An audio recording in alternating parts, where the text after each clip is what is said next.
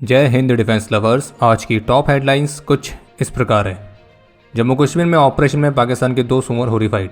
अब northern sector में भी एयरफोर्स की एक नई एक्सरसाइज के लिए जारी हुआ है नोटिफिकेशन। भारत में बनेगी लोरा और आइस ब्रेकर मिसाइल्स। अग्नि 6 मिसाइल पर भारतीय रक्षा मंत्री की स्टेटमेंट। और अफगानिस्तान पाकिस्तान के पीस टॉक्स फिर से हुई फेल।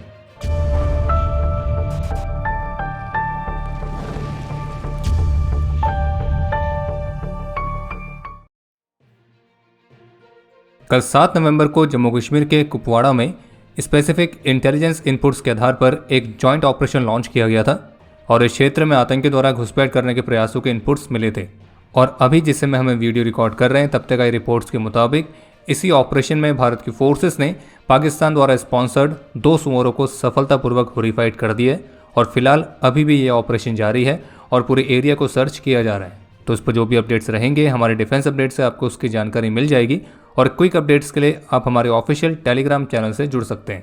वहीं इसके अलावा एक अपडेट यह है कि भारत की जो ट्राई सर्विस मिलिट्री एक्सरसाइज त्रिशूल है तो वो भारत के वेस्टर्न सेक्टर और अरेबियन सी में फुल स्विंग में चल रही है और राजस्थान, गुजरात, अरेबियन सी इस पूरे सेक्टर पर इंडियन मिलिट्री के जो अलग अलग एलिमेंट्स हैं वो इस ड्रिल का मुख्य रूप से हिस्सा बने हैं। इसी के तहत जो कच्छ सेक्टर में एक्सरसाइज चल रही है जिसमें army, navy, air force, coast guard और BSF शामिल है, तो उन्होंने सिविल एडमिनिस्ट्रेशन के साथ क्लोज कोऑर्डिनेशन में इंटीग्रेटेड ऑपरेशनल कैपेबिलिटी की रिहर्सल करी है जो कि राष्ट्र सुरक्षा के लिए भारत के मिलिट्री सिविल फ्यूजन अप्रोच को दर्शाता है। वहीं राजस्थान सेक्टर में आर्मी की जो सदर्न कमांड के फॉर्मेशंस हैं वो इंटीग्रेटेड मनूवर्स को कंडक्ट कर रही हैं जिसमें रियलिस्टिक कंडीशंस में combined arms operations, mobility, joint fire integrations इन सभी को वैलिडेट किया गया है। और वहीं दूसरी तरफ जो ईस्टर्न सेक्टर है तो वो भी काफ़ी ज़्यादा व्यस्त चल रहा है जहाँ पे आर्मी ने अरुणाचल प्रदेश के फॉरवर्ड एरियाज़ में संयुक्त रूप से एरियल ऑपरेशंस को कंडक्ट किया है और इसी के तहत इन्फेंट्री फॉर्मेशन के साथ आर्मी के अटैक हेलीकॉप्टर्स ने कुछ इंटेंसिव जॉइंट फ्लाइंग ऑपरेशंस भी कंडक्ट किए हैं। इसी तरह से 12 से 14 नवंबर तक के लिए नॉर्दर्न सेक्टर में भारतीय वायुसेना की एक्सरसाइज के लिए भी एक नया नोटिफिकेशन जारी किया गया है और जबकि इससे पहले एयरफोर्स की एक्सरसाइज के लिए ही नॉर्थ ईस्टर्न रीजन में भी कुछ और नोटिफिकेशंस जारी किए गए थे जो कि 13 से 20 नवंबर तक के लिए। वहीं इसी के साथ एक अपडेट ये भी सामने आया है जिसमें भारतीय सेना की तरफ से कंफर्म किया गया कि वे 10 नवंबर 2025 से श्रीलंकन आर्मी के साथ जॉइंट मिलिट्री एक्सरसाइज मित्र शक्ति के 11वें एडिशन को आयोजित करने के लिए तैयार है। और ये जो मित्र शक्ति का 11वां एडिशन है ये कर्नाटका के फॉरेन ट्रेनिंग नोड में कंडक्ट किया जाएगा जिसमें दोनों देशों की आर्मीज अर्बन और सेमी अर्बन टेरेन में जॉइंट ऑपरेशंस को कंडक्ट करेंगी। अभी हाल ही में नेटवर्क 18 ग्रुप के फर्स्ट पोस्ट ने भारतीय रक्षा मंत्री श्री राजनाथ सिंह के साथ एक्सक्लूसिव इंटरव्यू कंडक्ट किया था और इसी इंटरव्यू में डिफेंस सेक्टर को लेकर भारतीय रक्षा मंत्री की तरफ से कुछ महत्वपूर्ण स्टेटमेंट्स भी देखने को मिली हैं। जैसे कि जब उनसे प्रेसिडेंट ट्रंप के उस दावे पर प्रश्न पूछा गया जिसमें उन्होंने कहा था कि जो पाकिस्तान है वो सक्रिय रूप से न्यूक्लियर टेस्टिंग में शामिल है और प्रेसिडेंट ट्रंप ने पाकिस्तान के साथ रशिया और चाइना का नाम भी लिया था, तो क्या ऐसा संभव है कि अमेरिका भी ऐसा कुछ कर सकता है और ऐसे में भारत क्या करेगा, क्या वो भी न्यूक्लियर टेस्टिंग करेगा या नहीं। तो इसके उत्तर में भारतीय रक्षा मंत्री का कहना था कि अमेरिका चाहे तो वो न्यूक्लियर टेस्टिंग कर सकता है और रही बात यह कि भारत क्या करेगा तो ये तो भविष्य ही बताएगा। हर कोई जो चाहे कर सकता है, मैं इस पर कुछ नहीं कहना चाहता। चाहे पाकिस्तान हो, अमेरिका हो, वो जो चाहे कर सकते हैं। भारत किसी दबाव या डर में आकर कोई कदम नहीं उठाएगा और भारत वही कदम उठाएगा जो उसे अपने हित में जरूरी लगेगा, सही समय पर सही कदम।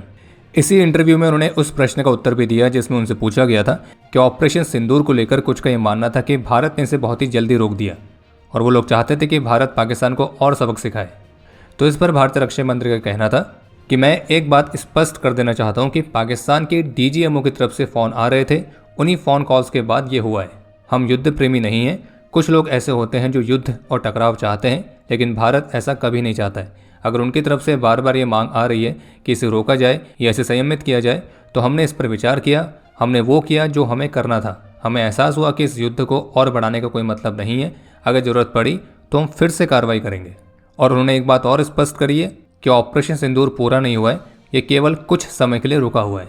इसके अलावा जब रक्षा मंत्री से पूछा गया कि पाकिस्तान के साथ भी हमारी टेंशन है, गलवान के बाद से चीन के साथ भी हमारा तनाव बढ़ा है और अब बांग्लादेश और हमारे इन तीनों ही फ्रंट्स पर एक तरह का अनरेस्ट है, तो क्या ये तीनों फ्रंट्स हमारे लिए खुल गए हैं और हम इनसे कैसे डील करेंगे और आगे कैसे बढ़ेंगे।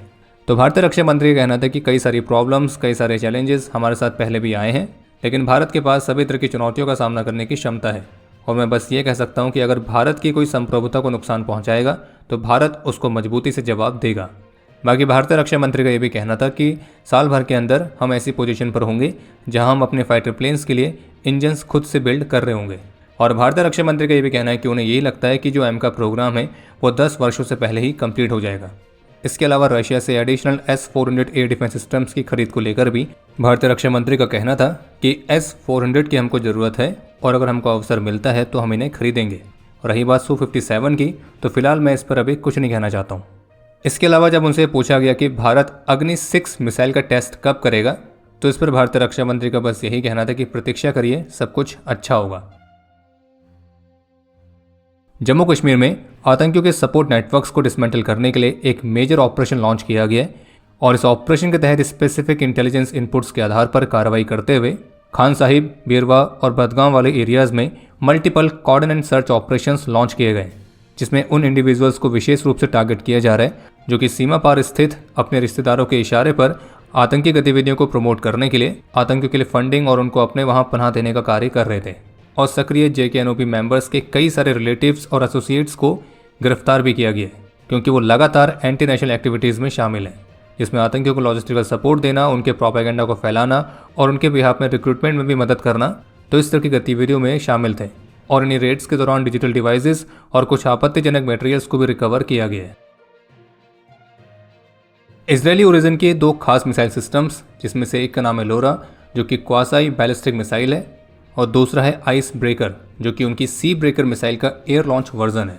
तो इन दोनों ही मिसाइल्स को भारत में ही लोकली प्रोड्यूस किए जाने पर निगोशिएशंस अपनी एडवांस स्टेज में चल रही हैं। इसमें से जो लोरा मिसाइल है उसकी मारक क्षमता 430 किलोमीटर तक है और मैक्सिमम स्पीड है मैक 5।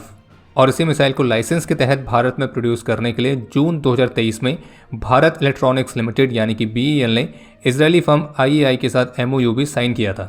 और वहीं जो दूसरी है आइस ब्रेकर, जिसे इजराइल की रफाइल एडवांस डिफेंस सिस्टम ने डिज़ाइन किया है, जो कि एक सी स्कीमिंग कैपेबिलिटी वाली एयर टू सरफेस मिसाइल है जिसकी रेंज लगभग 300 किलोमीटर तक है। और इसे भी भारत में बनाने के लिए इसी साल एरो इंडिया शो के दौरान भारत डायनेमिक्स लिमिटेड के साथ Israeli firm Rafale advance defence system ने MOU साइन किया था। और इस MOU के तहत यह भी तय हुआ था कि जो मिसाइल है इसे इंडियन आर्म फोर्सेस की स्पेसिफिक ऑपरेशन रिक्वायरमेंट्स को पूरा करने के लिए कस्टमाइज भी किया जाएगा। और इस वेपन को भारत के उन प्लेटफॉर्म्स में भी इंटीग्रेट किया जा सकेगा जो कि इजराइल के स्पाइस प्रिसिशन गाइडेड म्यूनिशंस को भी सपोर्ट करते हैं। बाकी इंडियन कंपनीज के पार्टनरशिप के साथ ये जो वेपन सिस्टम्स भारत में बनाए जाएंगे तो उनमें स्वदेशी कंटेंट कितना रहेगा तो वो फिलहाल अभी स्पष्ट नहीं है। टर्की में हुई अफगानिस्तान और पाकिस्तान की पीस टॉक्स एक बार फिर से कोलैप्स हो गई हैं। बाकी दोनों देशों के बीच सीज फायर अभी भी बना हुआ है और अफगान तालिबान ने इन पीस टॉक्स के फेलियर के पीछे पाकिस्तान को जिम्मेदार ठहराया है, क्योंकि इन पीस टॉक्स के दौरान पाकिस्तान की कुछ ऐसी मांगे थी जो कि अफगानिस्तान की क्षमता से परे है। पाकिस्तान इस बात पर जोर दे रहा था कि जो अफगानिस्तान है वो पाकिस्तान की आंतरिक सुरक्षा की जिम्मेदारी ले और पाकिस्तान के इसे इररिस्पॉन्सिबल और नॉन कोऑपरेटिव एटीट्यूड की वजह से ही इस बातचीत का कोई भी आउटकम नहीं निकला है।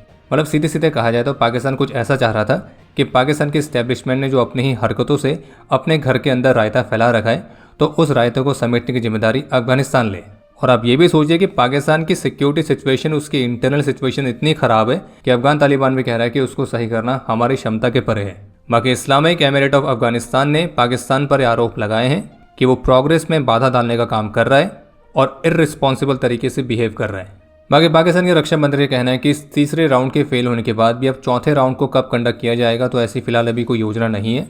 और वहीं दूसरी तरफ अफगान तालिबान के ऑफिशियल की तरफ से पाकिस्तानी ऑफिशियल्स को एक वार्निंग भी दी गई है कि अफगानियों के पेशेंस को टेस्ट ना करो और साथ में चेतावनी भी दी है कि अपने देश की टेक्नोलॉजी पर अत्यधिक भरोसा ना करें और अगर युद्ध छिड़ता है तो फिर अफगानिस्तान के बुजुर्ग और युवा दोनों ही लड़ने के लिए उठ खड़े होंगे। बाकी TTP और पाकिस्तान के बीच जो प्रॉब्लम है वो अभी से नहीं है और ना ही वो तब बड़ी थी जब इस्लामिक एमिरेट्स पावर में आया था, बल्कि ये तो 2002 से ही एग्जिस्ट करती है। तो इसलिए पाकिस्तान जो बार बार TTP की हरकतों के लिए अफगान तालिबान को ब्लेम कर रहा है तो उन ब्लेम का भी कोई मतलब नहीं बनता है। वहीं एक और अपडेट सामने आया है कि भारत के ऑपरेशन सिंदूर से सबक लेते हुए अब पाकिस्तान भी यूनिफाइड कमांड को स्थापित करने के प्रयासों पर काम कर रहा है और इसी प्रयास के हिस्से के तौर पर पाकिस्तान एक नया संशोधन लाया है जिसमें चीफ ऑफ डिफेंस फोर्सेस की एक नई पोस्ट क्रिएट की जाएगी जो कि पाकिस्तान आर्म्ड फोर्सेस की तीनों सर्विसेज के बीच एक यूनिफाइड कमांड और कोऑर्डिनेशन को सुनिश्चित करेगा। और ऐसा लग रहा है कि आसिम मुनीर अपने रिटायरमेंट की ही तैयारी कर रहा है, क्योंकि आपको क्या लगता है कि जो ये चीफ ऑफ डिफेंस फोर्स होगा ये कौन बनने वाला है? बाकी अब समय है आज के इतिहास का। आज के दिन 2020 में अपने अदम्य साहस और वीरता का परिचय देते हुए कैप्टन आशुतोष कुमार, हवलदार CH प्रवीण कुमार और राइफलमैन R महेश्वर ने अपना सर्वोच्च बलिदान दिया था। कैप्टन आशुतोष को मरणोपरांत शौर्य चक्र से सम्मानित किया गया। और आपके लिए आज का प्रश्न है कि भारतीय वायुसेना के पहले भारतीय चीफ कौन थे। और अब समय है आज के टॉप 3 कमेंट्स का, जो ये रहे आपकी स्क्रीन पर।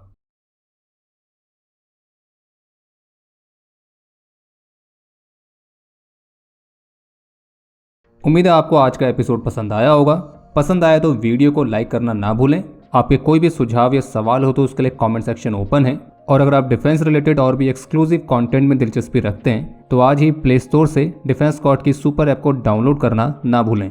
और अगर आप चैनल पर पहली बार आए हैं तो squadron.in पे जाके हमारे नए डिज़ाइंस को भी चेकआउट जरूर करें।